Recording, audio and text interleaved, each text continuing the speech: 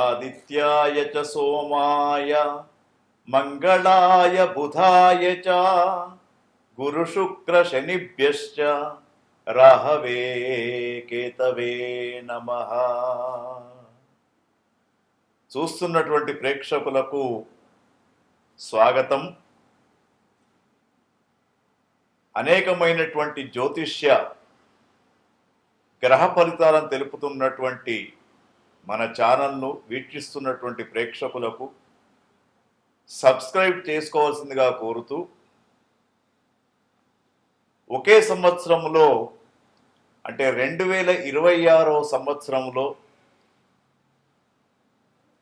3 సార్లు పంచగ్రహ కూటమి అనేది ఏర్పడడం మనకి ఈ సంవత్సరం జ్యోతిష్ శాస్త్ర రీత్యా చర్చించదగ్గనటువంటి విషయం. అయితే ఈ యొక్క పంచగ్రహ కూటమి అనేది ఏ విధంగా ఉండబోతుందంటే 19/1/2026 రోజున పంచగ్రహ కూటమి అనేది మనకు మరి మీనరాశిలో ఏర్పడింది.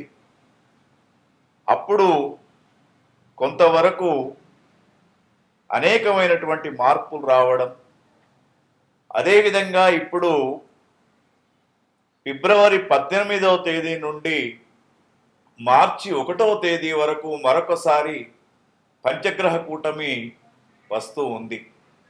మరి పంచగ్రహ కూటమితో ప్రపంచ దేశాలలో, మన దేశంలో, మన ప్రాంతాలలో ఎన్నో రకాలైనటువంటి విషయాలు మనం గమనించడానికి అవకాశం ఉంది.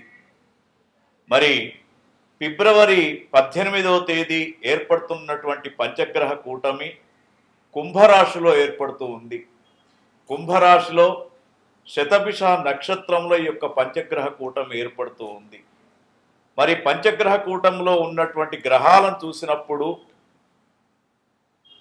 ఆరోగ్యమిచ్చే గ్రహమైనటువంటి రవి, మానసిక ఉల్లాసాన్నిచ్చే చంద్రుడు, బుద్ధిబలాన్నిచ్చే బుధుడు, తర్వాత కళారంగానికి, దాంపత్య జీవితానికి మూల పురుషుడైనటువంటి శుక్రగ్రహం, అదేవిధంగా అనేకమైనటువంటి ఇబ్బందులకు గురి చేసే ఛాయాగ్రహమైనటువంటి రాహు, ఈ 5 గ్రహాలు కూడా మనకు 18వ తేదీ నుండి మార్చి 1వ తేదీ కూడా పంచగ్రహ కూటమి ఏర్పడడం, ఇది కొంతవరకు జ్యోతిష్ శాస్త్ర రీత్యా ఏ సంవత్సరం కూడా ఈ విధంగా ఏర్పడలేదు.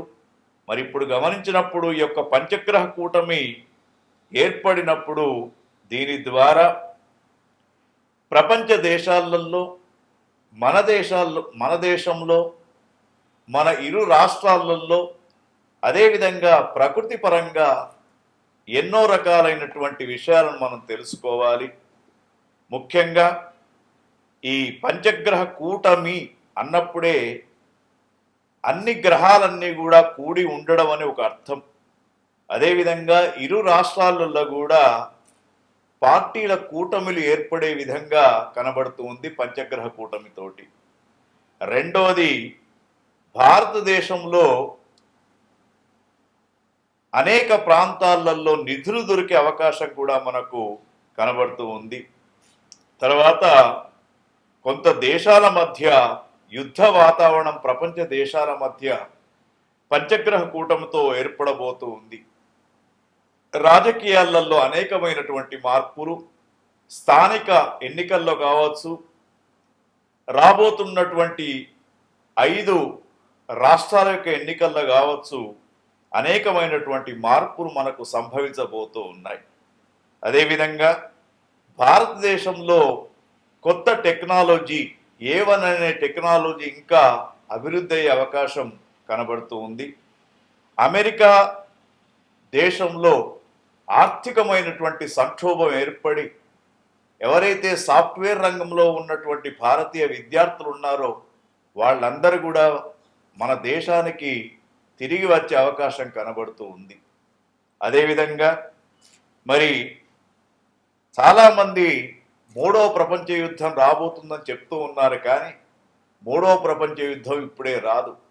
భారతదేశానికి 2033-36లో రాహుదశ ప్రారంభమైనప్పుడు అప్పుడు మూడవ ప్రపంచ యుద్ధం వచ్చే అవకాశాలు ఉంటుంది. కాబట్టి మూడవ ప్రపంచ యుద్ధం గురించి ఆలోచించే అవసరం లేదు. అదేవిధంగా మన భారతదేశం మాత్రం పాకిస్తాన్, చైనా దేశాలతోటి చాలా జాగ్రత్తగా ఉండాలి. ఎప్పుడైనా కూడా యుద్ధం సంభవించే అవకాశం కనబడుతూ ఉంది.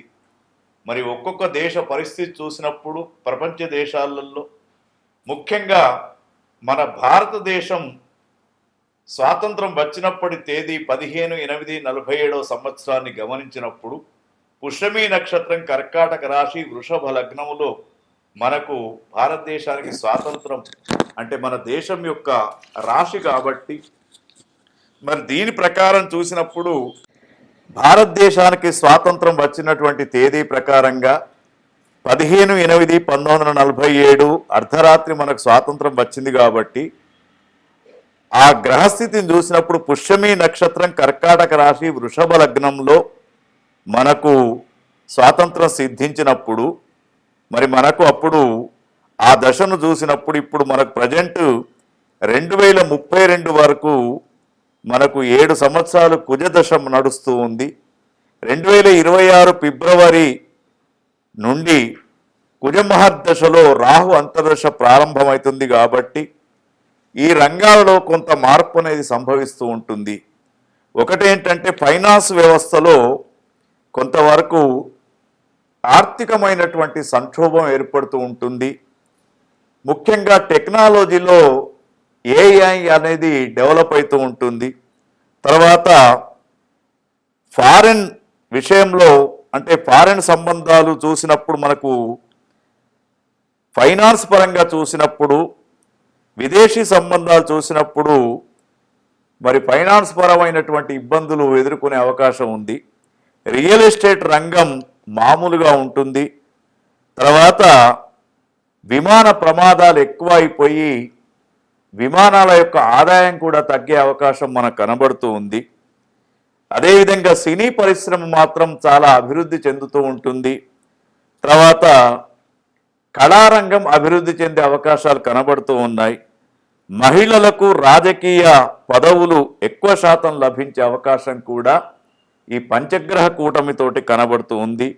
మీడియా రంగంలో అనేకమైనటువంటి అభివృద్ధి పనులు జరుగుతూ ఉంటాయి. మరి ఈ విధంగా చూసినప్పుడు పంచగ్రహ కూటమిలో ఇరు రాష్ట్రాలలో కూడా కూటమి ప్రభుత్వాలు మరల ఏర్పడే అవకాశం కూడా కనబడుతూ ఉంది. స్థానికమైన ఎన్నికలలో కూడా కూటమితో కూడుకున్నటువంటి రాజకీయాలు ముందుకు వచ్చే అవకాశాలు ఉన్నాయి.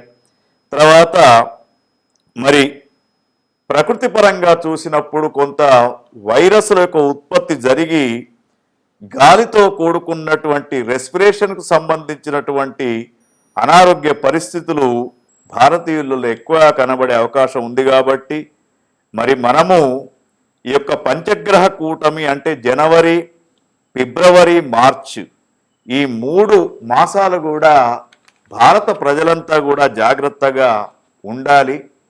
భగవంతుని యొక్క ఆరాధన చేస్తే తప్పకుండా మనమంతా కూడా రక్షించబడతాము. ఇది మనకు పంచగ్రహ కూటమి ద్వారా కొన్ని విషయాలు తెలుసుకున్నాం. ఫిబ్రవరిలో సంభవించబోతూ ఫిబ్రవరి, మార్చి మాసాలు రెండూ కూడా పంచగ్రహ కూటమితో ఉన్నటువంటి రాశులలో మరొక రాశి ధనుస్సు రాశి. ధనుస్సు రాశికి చాలా అనుకూలంగా కనబడుతూ ఉంది.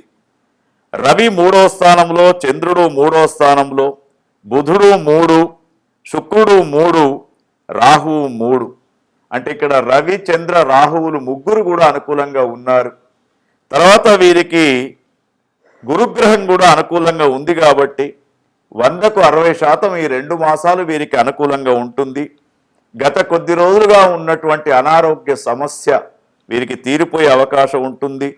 ముఖ్యంగా బోన్స్కు సంబంధించినటువంటివి, న్యూరోకు సంబంధించినటువంటి వ్యాధులు దూరం అయిపోతూ ఉంటాయి. తర్వాత వీరికి అనుకూలమైనటువంటి వాతావరణం, ముఖ్యంగా ధనుస్సు రాశిలో ఉన్నటువంటి మహిళలకు స్థానిక ఎన్నికలలో విజయ అవకాశాలు కూడా కనబడుతున్నాయి వీరికి. కాబట్టి సాహసం చేయండి, ముందుకు పోండి. తర్వాత వీరికి ముఖ్య సూచన ఏమిటంటే వీరు మహాలక్ష్మి యొక్క ఆరాధన చేస్తూ దత్త సంబంధమైనటువంటి దత్తుని యొక్క అంటే దత్త చరిత్ర పారాయణం చేసుకోవడం వీరికి అనుకూలంగా చెప్పవచ్చు.